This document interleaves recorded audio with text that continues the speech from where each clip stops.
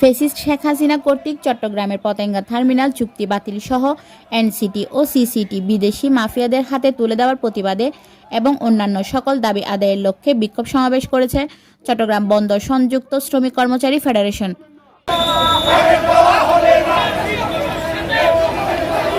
আয়োজিত বিক্ষোভ সমাবেশে বক্তব্য রাখেন শ্রমিক দলের কেন্দ্রীয় যুগ্ম সম্পাদক কাজী শেখ নুরুল্লাহ বাহার, চট্টগ্রাম বন্দর শ্রমিক দলের প্রধান সমন্বয়ক মোহাম্মদ ইব্রাহিম খোকন, সংযুক্ত ডক ফেডারেশন শ্রমিক দলের নেতা তসলিম উদ্দিন, চট্টগ্রাম বন্দর জাতীয়তা শ্রমিক দল নেতা খন্দকার রাজু আহমেদ সহ অন্যান্যরা।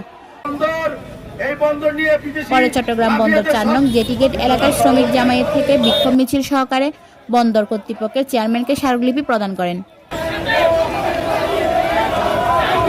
Desk news, channel city.